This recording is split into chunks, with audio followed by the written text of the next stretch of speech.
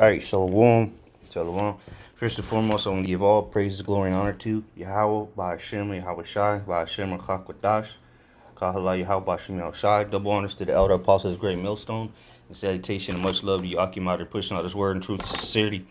And Brother Osh from Great Millstone Tampa Church.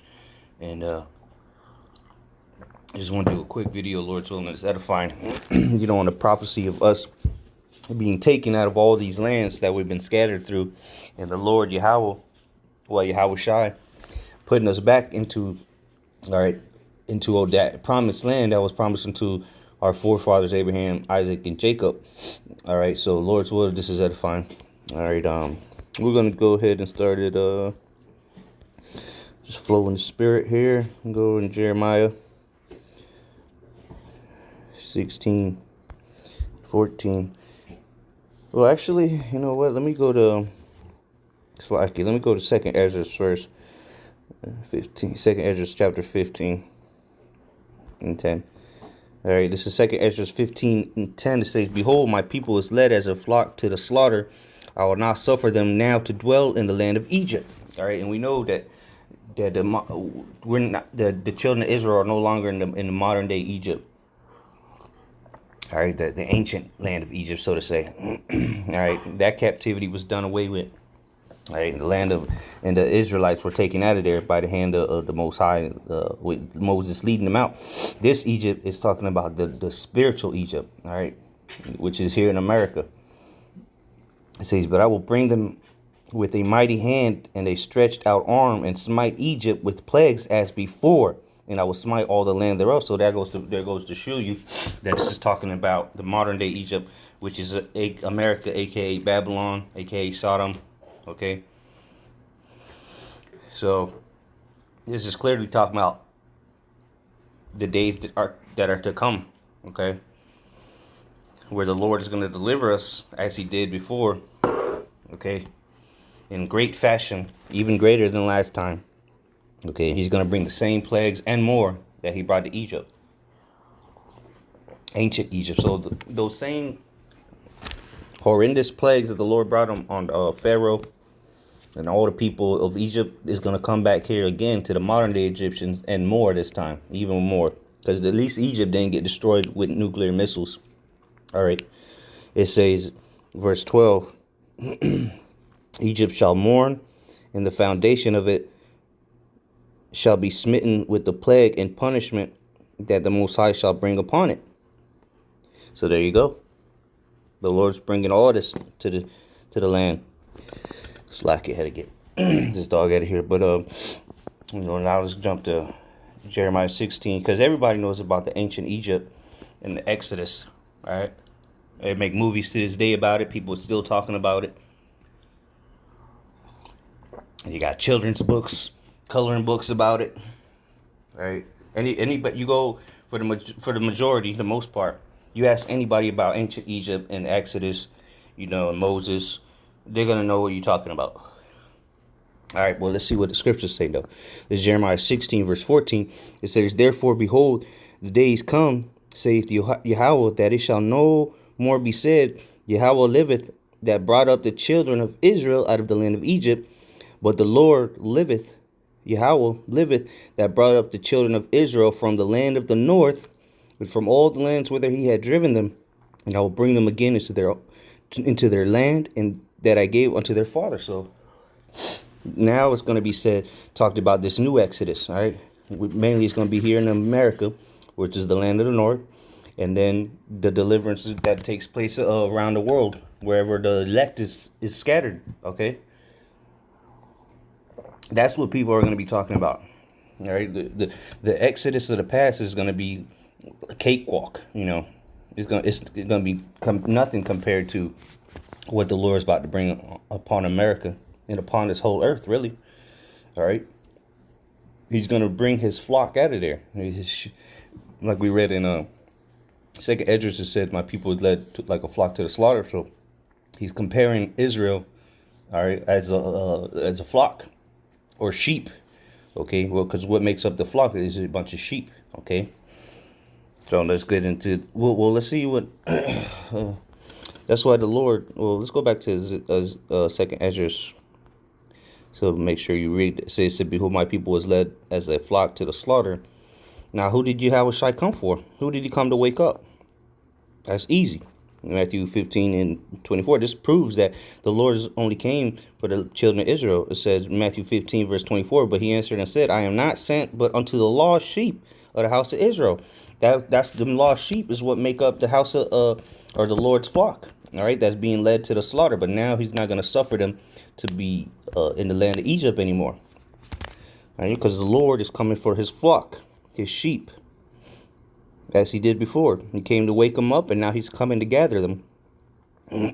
This is go to Ezekiel chapter 34, verse 12. It says, Ezekiel 34 and 12, as a shepherd seeketh out his flock.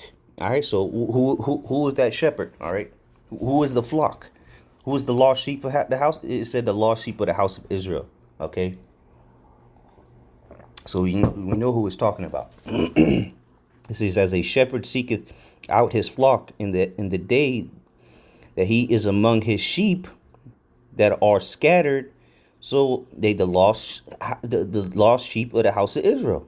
See, this is all about Israel. All right, salvation, redemption. All right, it's all about Israel. Say, so will I seek out my sheep, and will deliver them out of all places where they have been scattered in the cloudy and dark day. All right, that's the day of the Lord. A dark and gloomy day of darkness and not light.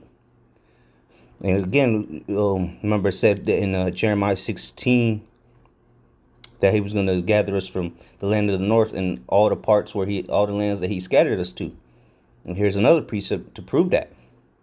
It says, out of all places where they have been scattered, because, well, all pursuant to Deuteronomy 28, one of the curses is that we would be scattered among all nations, people, and tongues. All right, all lands. We would be scattered throughout the four corners of the earth. But what then? The Lord would come and gather us from all the four corners of the earth, from all the nations, from all the peoples and tongues. Okay. This verse 13 says, and I will bring them out from the people and gather them from the countries, and will bring them to their own land, and feed them upon the mountains of Israel by the rivers, and in all the inhabited places of the country. I will feed them in a good pasture, and upon the high mountains of Israel shall their fold be. There shall they lie in a good fold, and in a fat pasture shall they feed upon the mountains of Israel. There we go. I could keep reading. It says, verse 15, I will feed my flock. Again, who's the flock? The flock of the Lord. All right. His sheep, the Israelites. It says, I will feed my flock, and I will cause them to lie down, saith the Lord Yahweh. I will seek that which was lost.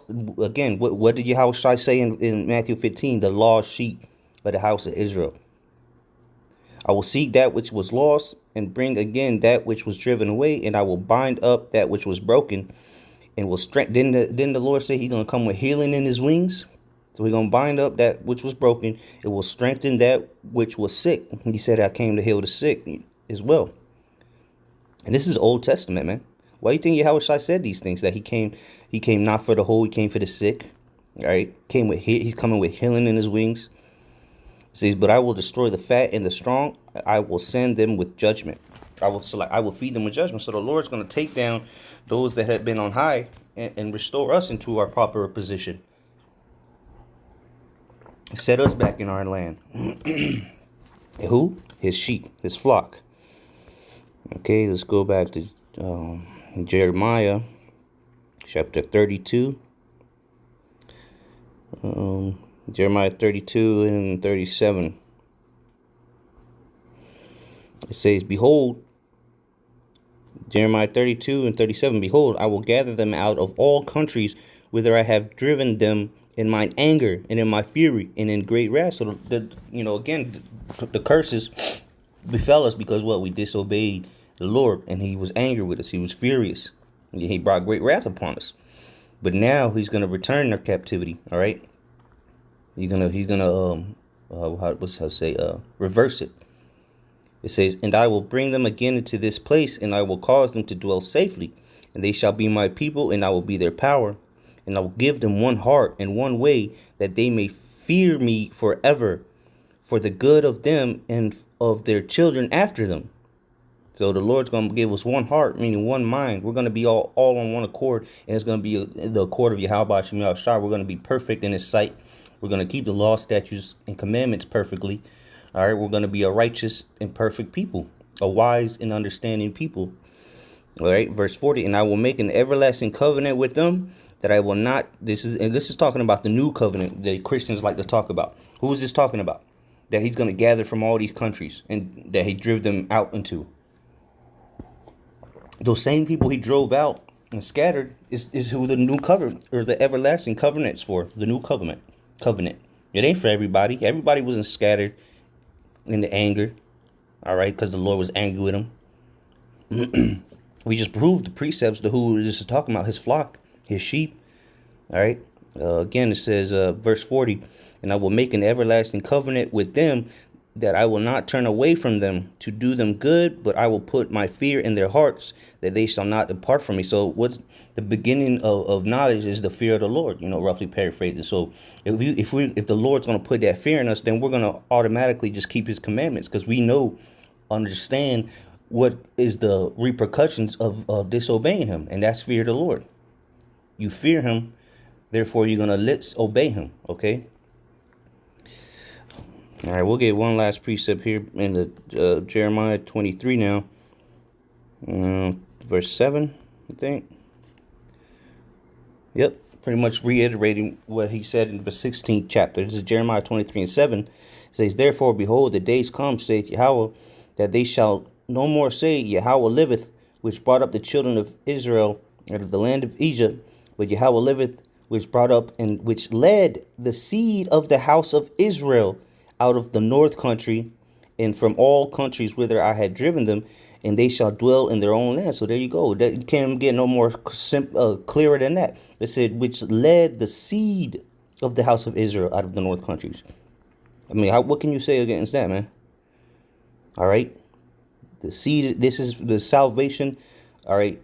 The kingdom of heaven, the restoration is for who? The seed of Israel, of the house of Israel, the Israelites, the Lord's sheep, Lord's pasture. Okay. So with that, Lord's willing, this was edifying. Until next time, I say shalom.